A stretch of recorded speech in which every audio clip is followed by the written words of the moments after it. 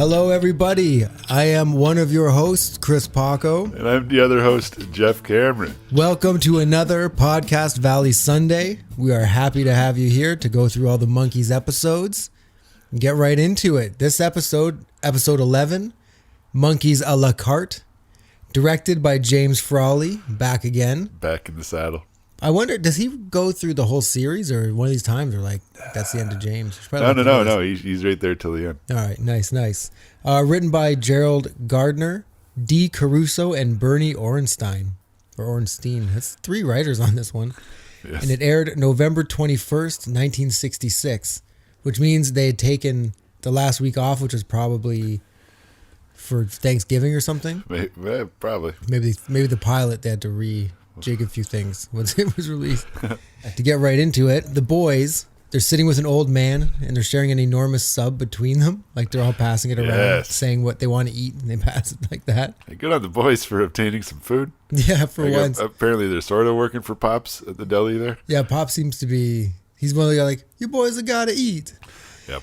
And these 2 gangster-looking dudes show up, and Mickey asks if he can show them to their table, and the bigger, probably dumber one, he tells him to go blow. So Mickey pulls out a balloon and blows up a balloon. Yeah. And just gets pushed out of the way. Gangsters tell the old man to get rid of the punks, and the boys protest, and the old man tells them that they could get hurt. So then they just hop up on stage. So they don't really go anywhere. They just get out of the way, I guess. Yeah. And old man tells the hoods the place isn't for sale. They say that they'll rough up his mother. My mother's been dead for the last 20 years. Do you think that'll stop me? Old man sells the place to the hoods and then they tell him to scram, which is one of my favorite words for get out of here. Scram. Scram. And then they fire the Monkees right away. Brutal. Yeah, Davey tells the big hood to rough up someone his own size. There ain't nobody here my size. Maybe you should get out of the business. Yeah. And then the hood pulls out a gun on him. So boom, gun. It's a gun. And then, by the way, it's like gangsters again. Yeah. Like, it'll have been 2 whole episodes without gangsters, pretty much. So, I guess we were due. Yeah, there's a lot of gangsters in the Monkees. Yeah. More than I had thought. At least they're not out in the Old West this time, in the ghost town. Yeah. And then Davey tells the big hood he's pretty tough with that gun in his hand. And he throws the gun down and like punches out all 4 Monkees at once in a comic book move. Intro shows up. The Monkees decide they're going to try to get the restaurant back from the hoods. Davey says that the guys are really tough, and he gets all pissed off about it. I'm telling you, that guy's tough. He even wears a pinstripe suit. What's so tough about that? It's got real pins in it. And Mike's like, no, votes have already been taken. We're going to do this. And meanwhile, Peter's been going around to the floor and the wall and the ceiling and seeing what they have to say about it. The wall says, try the ceiling. With that scene, too, it brings back, like, Mike runs the show, essentially, like in the TV Monkees. Yes. Yeah, he's the Leonardo of the group. Who would be the Raphael, the angry one? There's not really. It's also Mike. Oh, that's a tough one because which one's the party animal? Would that be Mickey? I go Mickey. So Peter would Mickey's technically be the Raphael because Mickey's the Donatello. Yeah, Mickey's the Donatello. Yeah, he's a gadget guy. So. Well, Davey does his share with the ladies. Is it? But also Davey. I think Raphael's the shortest, so he's the Davey. She's got my jacket. We should do a Teenage Mutant Ninja Monkees. And it's like a crossover. Wow, dude.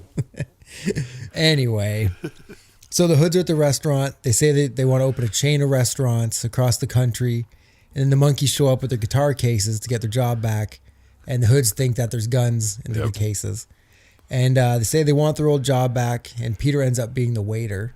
He gets it he's holding a tray, and they just keep putting more and more and more and more stuff on it. And he's got to make it, and he makes it. Hey, I'm impressed. He didn't break a dish. You're hired. Hey, thank you, Mr. Buscelli. And then he cheers and takes his hands off. It hangs there. It hangs there. And Wile E. Coyote styles. Yeah. And I think with the Blu-ray and maybe possibly another one, you see those straight. You can see the shadows of them on the wall. They're right there. Ruined the illusion of this. But also with the Monkees, I feel like they'd almost be like, no, we want to see the strings. Kind of, yeah. Like, we're not fooling anybody here. The boys are all dressed up, and the boss tells them like how they treat people they don't like. And the big hood smacks Peter in the face. And then Mickey stands up to him and says, this is what we do to people we don't like. And then he chickens out and he smacks Peter in the face again. What do I do? I don't know, man, but don't do it again. And then the boss guy puts him to work doing like everything. You're gonna be chefs, dishwashers, musicians, hat check girls, cooks, cigarette girls. Which leads us to the first Monkees romp of the episode, to Stepping Stone. Boom. I'm not Joe. The boys in the kitchen making food. They're burning things, making spaghetti. Mike's doing the spaghetti, and it looks like he's doing the same spaghetti he was doing in the episode with Davy's grandfather. Yeah. Like it looks the exact same. Prop spaghetti. They just reused the footage. Yeah. I don't know. Crazy. Or Is maybe, this the one where they're also tossing the plates and stuff? Yeah. Yeah, okay. Yeah, and the slow motion of Davy and Mickey with the plates. Or it's like pot lids. Yes. They're swinging pot lids at each other. Peter and Mike are playing like guitar on like sides of beef. Yes, yes. Like I think that's where Rocky got that from. I read Sylvester Stallone was a big Monkees fan. Once again, yes. Yep. Way ahead of the curve. And Peter shoots the pizza. Yeah, Because it'd been that's right. it'd been a couple of minutes since we'd seen a gun. Davy's admiring himself in 4 different trays. There's a weird Mickey voiceover, like, "Hey guys, we better tell the cops" or something. Like while they're showing the police station exterior. Hey, fellas, this is not gonna work out. We better get some help. There's like Yeah. a Mickey voiceover, like catching you up as to why they're there. Man. It's almost like somebody said, like, I don't understand why they're there. So brought Mickey in. Yeah. There's an intense cop. That guy's so nuts. I want to thank you boys for coming. And if you're willing to help, we may be able to put Fusilli behind bars. But I must warn you, you'll be dealing with dangerous businessmen. He tells them that they can put the hoods behind bars if they can link them to the Purple Flower Gang. Yes. And does the Purple Flower Gang come up again? I feel like I've heard, it rings a bell. Maybe it's just from this episode. There was the Monkees fan club. Oh, yeah. That'd be it. At one point, you were getting some sort of Monkees newsletter. Yeah, I belong to a few fan clubs. Yeah, when they had like listings for the other ones, and one of them was the Purple Flower Gang. Yeah. I think I still have all those zines and stuff. Really? Yeah. You should see if you can track those down. Man, oh man. Yeah, that's crazy just to think of that. We will talk about that after or another episode. Yeah. Intense Monkees fandom. So I say, yeah, it's going to be dangerous and violent. And Mickey says that they can be violent and goes to show him how they treat people they don't like. And he goes to hit Peter again, but he ducks out of the way. And then they all chase Peter out of the police station Yep. for not allowing Mickey to smack him in the face. Man. What a dick. Back at the restaurant, there's Peter and Davy. They're trying to get the hood's fingerprints on a glass, and they're like dusting the glass. Yes. And then Peter asks if it's true that none are identical. But it made me wonder, like in the 1960s, it was not common knowledge that everybody's fingerprint was different. I don't know. I'm not sure how much we knew about forensic investigation Yeah. at that time. Need the Monkees to clarify it for us. Yep. And so they hand him a wine glass, but he's wearing gloves. Peter asks if no 2 glove prints are the same as well. And when he says that, he's so out of focus. Really? It's insane. It's like nothing is in focus. Oh, man. Like not even like focused on the background or something. And Mickey's listening to the boss's phone call and taping it. He hears him talk about the syndicate and calls the guys over. Come here, guys. I think I got something on. And then all he's recorded is, Come here, guys. I think I got something on. that's all he has. Yep. And so then the boys try to blow up the safe, but end up blowing up his desk and then have to make the safe into the desk and like get everything over. And I thought that would come up later, but it just kind of, the boss never realizes that his desk is now a safe. Yep. Yeah. A lot on his mind, I guess. New restaurant, new business owner. For sure. Yeah. You got to really, who'd notice? Maybe when you went to put your money in the safe and it's gone. Why'd they leave the desk? They'll never know the difference. A lot of safes in these Monkees episodes, too. I think it's every 3 or 4 episodes there's a safe. Usually when there's gangsters. Yeah. I think the Monkees had a safe at their house, right? That one? Yeah, yep. Okay. Yeah, weird. I wonder what they keep in there. The cream of root beer soup recipe. Who knows, man? So the boss tells the boys that the restaurant will be closed tonight because he has a meeting with some nice people. And they have to make the place perfect, like clean it all up. So the evening boys, they go to get the cops, because the whole syndicate's there, but they can't get away. We gotta contact the inspector. Sure, but how? Fishelli won't let us out in the middle of the meeting. Yeah, Rocco's guarding the front door. And the food will get cold. So when the boss starts the meeting, all these gangsters show up. And he says, we've never met each other. We've never seen each other for safety reasons. And the Purple Flower Gang can't be there. And so the Monkees overhear this. Listen, these guys have never seen each other before tonight, and the Purple Flower Gang is behind bars. Get it? Got it. Good. Let's Monkees ruse these motherfuckers. Yes, that's what they say. So the boys, they get dressed up as gangsters and intro themselves as the Purple Flower Gang. Flower Gang. What's those white flowers? You know how tough it is to get purple flowers, baby? Everyone's blown away they're there. They can't believe the PFG is in the house. Yeah, you know me. Peter asks for dinner, which messes the whole thing up because they're supposed to be the waiters. Yeah. They're these guys. They always say they got to go into the kitchen to make sure the food isn't poisoned. So there's a lot of quick changes. Yep. They go back in and back out. Peter tries to sneak out, and Rocco's there, stops him. Nobody leaves the meeting. Oh, yeah? Who says so? This gun says so. And then Peter pulls out a gun and says, "This gun says I go." And he pulls the trigger. A note It pops out, says I go. And then Rocco's like, "Okay, hurry back." And he lets him go. Another gun. Yeah, another gun. We got gangsters. So the boss tells the other gangsters how the territory is going to be cut up. And it's like he gets everything and they get a little piece. Goes up to a vote. Each gangster wants more things from the kitchen. So it's the boys just keep switching out. Like, I'll go get the waiter and then come in and vote, Yep. Hilarity ensues. Each guy has to do it once. And they're just kind of stalling, waiting for Peter, for the cops. And when Peter gets to the police station, they think he's part of the Purple Flower Gang because he's dressed up like one. And they arrest him. Grab him, it's a Purple Flower Gang! The boss is about to wrap up the meeting. And Davey and Mike said they have something to say. And they start to paint on the map of the city and cut it up into 9 pieces and do like a tic-tac-toe thing. Yep. And then Mickey starts spreading rumors throughout the gangsters. Sully's trying to teach a big Flora. And Davey and Mike play tic-tac-toe and Mike wins. And then the gangsters start to fight amongst themselves. Yep. Cut to Peter being interrogated by the cops. And that's kind of all that is. Just a quick cutaway to remind you Peter's there. Yep. And gangsters are fighting over the territories. And then Davey and Mickey rip up the map and just cause general mayhem. And the whole place goes crazy. And then at the police station, Peter's taking credit for like 1 million crimes. And the sinking of the Lusitania was mine. The bridge robbery of 57 was mine. And, of course, the great train robbery was mine. Back at the restaurant, gangsters pull out their guns. More guns. The Monkees get scared. They all hide under the table. And everyone just starts shooting. And Mickey stops it. And then this pretty girl walks out and just kind of flashes the camera for a second, her little bikini top thing, and then walks off. And Mickey was just like... The director thought we should have a pretty girl on the show. And then that's it. And then they start going back to fighting again. Gangsters are starting to get shot and killed. Like crazy. All over the place. The last one to die was the woman. And she takes 2 more meatballs. And then eats them and then dies.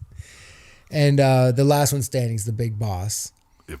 And then the one goon, the dude who stutters, he gives one more shot and shoots the boss. And he goes down. Peter and the cops show up, and the cop thinks the Monkees now are the Purple Flower Gang, and they get arrested. Well, I like that, Inspector. Yeah. You're under arrest! And then we go to Monkees Romp number 2, which is also Stepping Stone. Yeah, like the double reprise. Yeah, it's interesting. And it's them like in the Monkey Mobile, the unicycles. Of course, You know, on the beach pretending to fight each other. These wacky, like out of focus shots and things like that. They're with dogs, dressed as jailbirds. They got the spotlight swinging it around on each other. And then they're in a cell walking in a circle, and that's from Monkees in a Ghost Town. That's right, yeah. At the very end, you just see them. They're back in jail. Yeah. Is that kind of where they leave them for the episode? No, then they come back when Pops, he tells the boys to play like they used to. Yeah. And they hop up on stage, and it's a live performance of She. Yeah. In front of like a baby blue in front of a baby blue background. Yeah.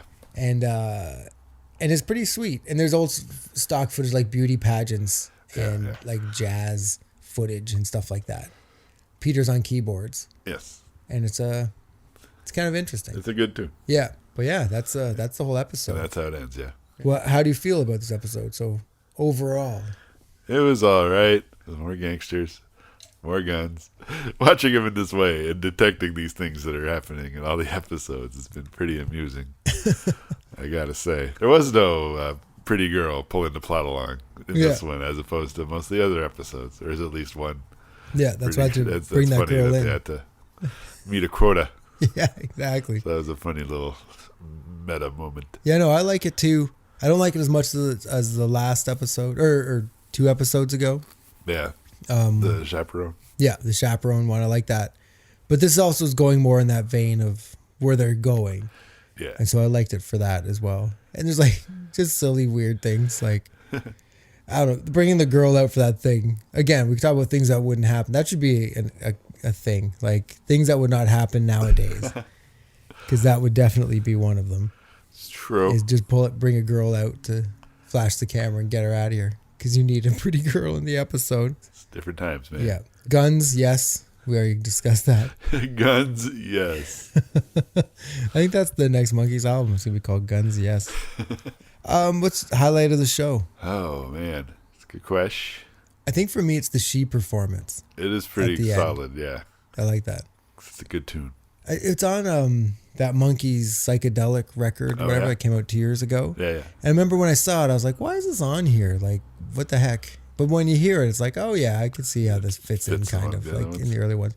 But I would have taken it off and put Daily Nightly on. It's In a always my heartbeat. grump. It's my Ryu Shiu of the psychedelic record Wow. versus the Christmas record. And I read the Monkees tweeted out today that there's only 150 copies of the red and white vinyl left. Whoa. Yeah. So get on it, kids. The candy cane vinyl, they call it. Dang. Best musical moment, I guess She, because Yep. it's a highlight of the show. So I got to go with that. Suppose you do. We haven't done this one in a while. A classic Monkees moment. So, Anytime the unicycles come out, it's obviously... yeah, I bet we don't see any unicycle second season. A weird thing is the smacking Peter so often. Just slapping Peter out. Yeah. Yeah.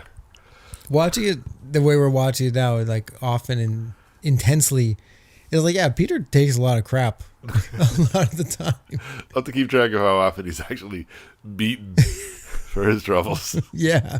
It seems more often than I remember. There was an alternate ending where Pops asks them like to go up on stage and play like they used to. When they play him a new song and he hates it. And he sends them back to being the cook and the waiter rather than being the band because he hates the new song. But I guess I could see how the record label like, let's not hate their music. Yeah. that song sucks. It's a new single. Go get it. It made Pops fire them. They're so terrible. Do you have any personal connections to this episode at all? Particular episode, not so much. Me neither, no. But it's, yeah, the Purple Flower Gang thing that we That would kind of be it. established. Yeah. And that's pretty much it. Yeah, the Purple Flower Gang is the thing for that. So for those of you who don't remember these days or weren't even alive for them, back when there was no internet, you had like fanzines and things and fan clubs that you had to like send away to join them, and they'd send you things in the mail. A friend of mine told me about these Monkees fan clubs and sent me an address, and I went and just, I guess, I don't think it cost money, maybe like postage or something. It's Maybe. $5 or something like that. Sometimes it's- or a membership fee or whatever. Like sometimes it'd be $5 or whatever. Yeah, and they'd send you like a newsletter, like typed up on like a typewriter most times, photocopied with like pictures photocopied about what the Monkees were up to now, or just what. Like I'd love to find them again to read them. Yeah. But I belong to like 2 or 3 different ones, and you'd get like Monkees pen pals and stuff, and yeah, I Monkey Madness might have been one of them. Huh. Because I don't. Maybe I did belong to Purple Flower Gang eventually, but Yeah. it was definitely Kids, it's kind of like a podcast on a slice of paper. yeah. Paper Yeah. was the stuff, flat rectangles made out of trees, and you write stuff on it. Yeah, like I'd love to write, like find those and write to these addresses if they're still there. Maybe we could bring someone in for an interview Oh my God. and really break. It could be one of our special feature ones. Like I look back at the first season, we bring in like the Purple Flower Gang founder, and they're like, I can't believe you fucking did this. Or maybe somehow they hear this right now. Or And they're like, what? They're going to be one of the people being like, I heard you shit talking Pullet. Yeah. Yeah. You don't like laugh. You call yourself a Monkees fan? Oh, yeah. We'll catch it. No doubt. I hope we do, just because that means people are listening. Yeah. Like right now, it's like we're a slow burn. For sure. So if you're out there, let us know you're out there, just Please. so you know it's not just like our friends and family listening to this. We're still We had 2 people in the UK listening, That's a trip. which I don't know how, but I'll take it. For sure. It's amazing. It's a good thing we paint Davey in such a positive light. Yeah. Yeah. It's good to have someone from the UK, because I want to go there one time and I could stay at their place. Now's the time on Podcast Valley Sunday where we're going to try out a new little mini feature we may bust out from time to time called How About Another Band? Where me and Paco and I discuss what it might have been like to have another band in this situation where the Monkees are, where they have a TV show and the records coming out and the shows, and just maybe to see what kind of slightly fictionalized romps one of our other favorite bands might get up to. So Paco, what kind of what band might you enjoy watching in a Monkees style setup where they're putting a show together every week with songs in it and all this? What any of your previous favorite bands this might work for in a fun way that you could foresee? For me, obviously, I'd definitely go Beastie Boys. Oh, I'm shocked. If they did like a weekly show, even if they were in charge of a weekly show and stuff of like romps and madness. Oh yeah, I think that would have been amazing. Yeah, man. And a lot of the Beasties vibe with the disguises. Yeah. Like, they're pretty monkey-esque to begin with. Yeah, they're very rusy. Every video is a ruse. Yeah. But do you remember the one with the Beastie Boys when they're pretending to be stuntmen and they're doing a whole interview as stuntmen? Yes. I learned this from Mr. Burt Reynolds himself. For real. Call it the Mucho Macho. Yeah. But yeah, that would definitely be I think, would have been a fun thing to see happen. So, like, okay, where would they live? What kind of a domicile do you think? Would they live in the sewers like the Ninja Turtles? I think they'd have like a wicked, like New York loft type thing, like in Brooklyn. Yeah. With like a skateboard ramp in it. It'd be like the G-Sun Studios, but in New York. Huh, yeah. And they have like a basketball court and skate ramps and stuff like that. They each have their bedroom. I think Ad Rock would come down on a fireman's pole from his bedroom. It's like you've thought of this already. Yeah. How did you read my pilot? That would be a lot of fun, though. Would you have someone else in mind? Well, you know what? When I came up with the idea for this, I thought about Prince and the Revolution. Oh, wow. But every time I try to picture it, it's like a early 80s cartoon. Like the WWF Rock and Wrestling. Okay. With all the colors, all the different people. Yeah. All doing different stuff because it's just a diverse group, just like Prince and the Revolution. And it would be it probably couldn't be too smutty if it was a Saturday morning situation. Yeah. But still, it feels like that would be the vibe that a show about Prince and the Revolution would give off. Just a very fun, diverse group romping around, probably in some funky purple vehicle. Definitely. Or the Revolution would be in the big purple bus, and Prince would be in a little red Corvette up front. Nice. And I would imagine all the tunes would be cool, the unsmutty ones. It might have been like after Purple Rain came out, like kind of. Yeah, riding that wave. Riding that wave. That purple wave. Yes. So that would be my answer. If anyone out there has an idea of what kind of band you would like to see in this situation, give us a shout on the social medias. Yeah, check out. You could probably post on the Facebook wall if that's a thing. Hashtag, how about another band? Yeah. PVS, how about another band? How you doing today? I'm doing fine. Let's make this the longest hashtag of all time. Put your hand. Actually, I'm going to put my hand. I'm going to do the 2 this time. You're going to do it to do it? I'm doing the 2. So here we go. I'm going to reach in here, pull out a magic little note. Whatever's right from Good Times.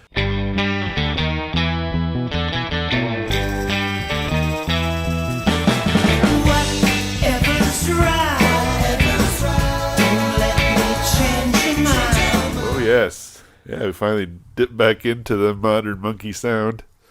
Yeah, our last couple we haven't. Stepping Stone, I guess, was our earliest one recently. Yeah. Because we had off Instant Replay. Yeah. And then Justice. But Sorry, this what was one's it? off of Good Times. What was it? Whatever's Right. The Good Times record's always fun one to get to revisit on this. This record has so many good songs. It does. That this is a good song. But from the other ones, it's like... It's down the list. Yeah. And I think it works as like conceivable Monkees song. It sounds like instrumental wise, it could be the four of them playing it. Yeah. It's got that old school feel. I think it doesn't have any old tracks like some of the Good Time songs. I think it's all kind of made newish. And also I think it sounds a bit like the Wonders. It does. Because maybe Schlesinger had a track just lying around. Like maybe it had the other guy's vocals on it.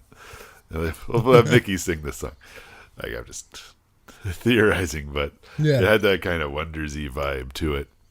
Yeah, the double guitar. Yeah. And then the tootly monkey organ. Yeah. That's important. But no, it's a good tune. Yeah.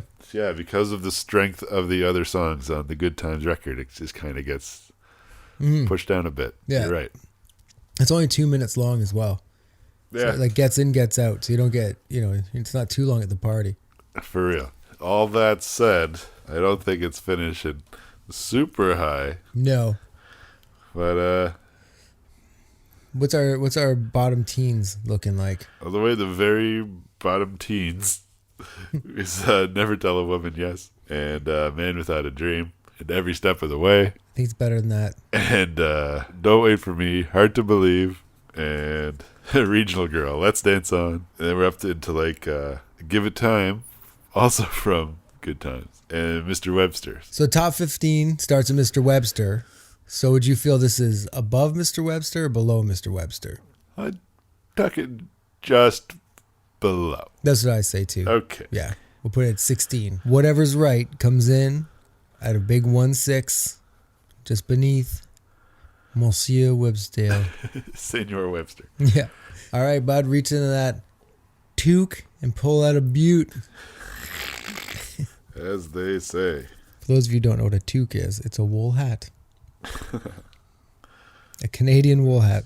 We got P.O. Box 9847. Ooh. Birds, the Bees, and the Monkees. Wow.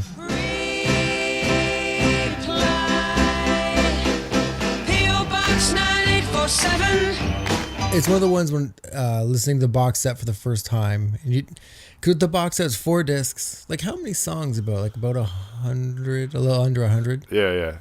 And so you're just getting inundated with so much stuff. Yes. Coming from where we were with just like the greatest hits essentially, and knowing songs here and there from the show, but then all of a sudden getting all of this stuff. First time you just kind of get washed over and you hear kind of things here and there you like, but you can't click on anything. But I remember P.O. Box 9847, just I think because of the chorus. Yeah. It's just what it is. Yeah. And I like this song all right. I don't love it, but it's like, it is what it is. True. How do you feel about? Yeah, it's not one of my favorites. And it's kind of unique. It tells a little story about a guy trying to write a classified ad and a personal ad type thing, which used to appear in newspapers. Kids' newspapers used to be these large paper rectangles. So it'd be like Match.com, but you'd have to like put it into a newspaper and people have to read it and like call you through your P.O. box. Yes. What an ordeal that would be. God. You get Who has the attention span for this kind of thing? lonely people. Man, oh man. They need to find somebody. So they open up the P.O. box. Is what it is. Where are we going to put it? They say, do you feel above Mr. Webster or below?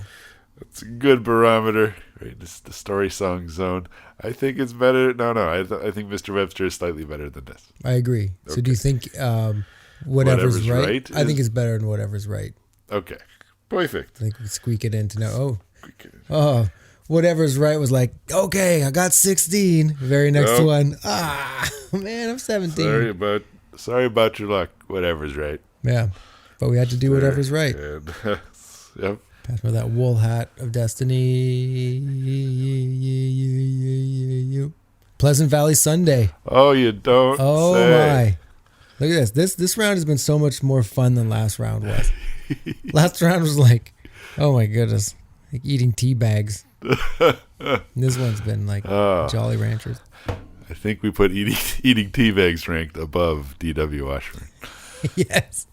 Yeah. There's a lot of despicable things I do before I listen to D.W. Washburn. Okay, so Pleasant Valley Sunday. Another Pleasant Valley Sunday.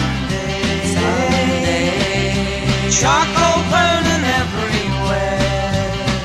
Man, this is a deep cut for the two of us.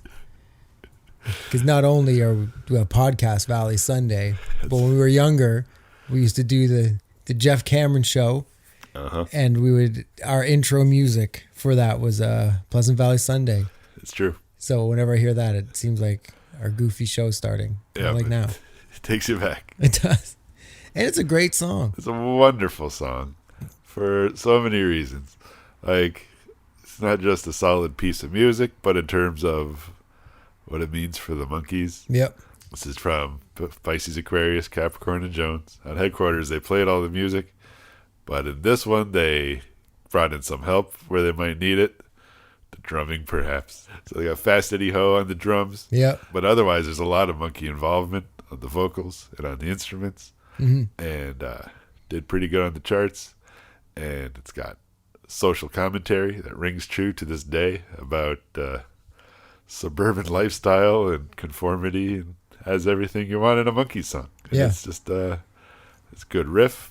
The vibe of it is awesome too. It's a great early summer song, like right when summer's starting to take hold, like late May kind of thing. Days are getting longer. It's like, okay, put on Pleasant Valley Sunday and you got a barbecue, baby.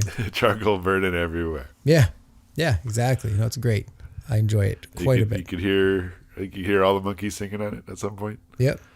And it's great. Yeah, the ending's awesome too. It gets that rumbly kind of crazy ending, psychedelic ending. crank knobs Yeah. ending. It's neat. We love it. Yeah, on my vinyl version of Pisces, Aquarius, Capricorn, Jones, this song skips. But on I have like the psychedelic vinyl from a couple years ago, and in that one, it sounds fine. So it's nice to have it so it doesn't skip. Yeah, for sure. That sucks. So I'm saying above Mr. Webster, obviously, but are we looking top 10? We're going like pretty high up, man. Yeah. I mean, number 5 is Girl I Knew Somewhere. Do we think it's better than that? I do. Is I it think better so. than You Just May Be the One? That's a tricky one right It's there. getting tricky. And after that, it's Listen to the Band. I have listened to the band before it, for sure. Like above it, I think. Okay. I don't know, actually. See?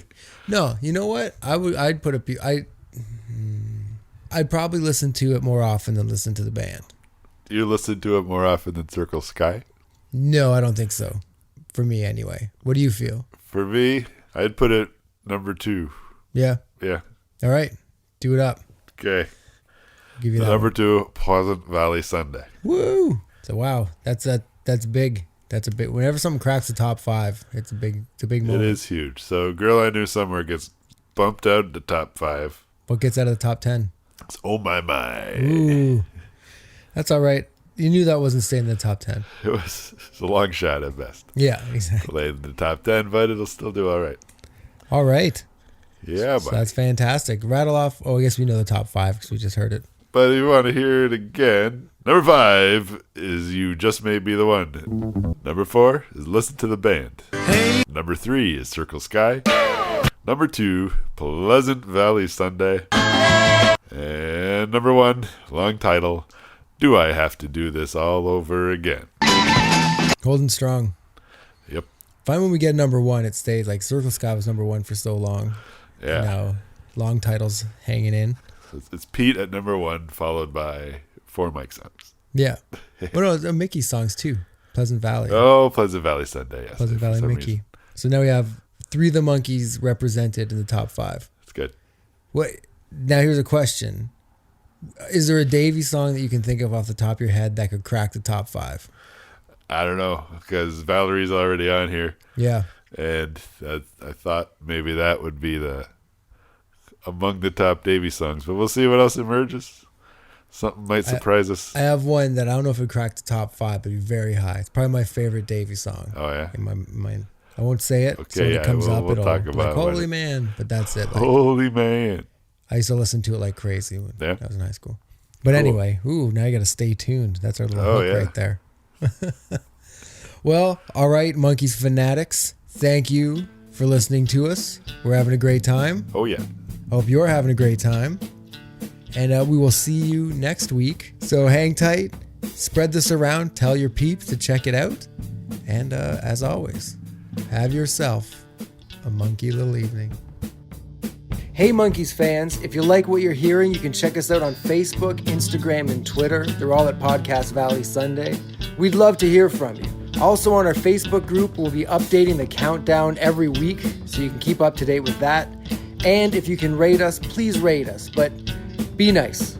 We're thin-skinned.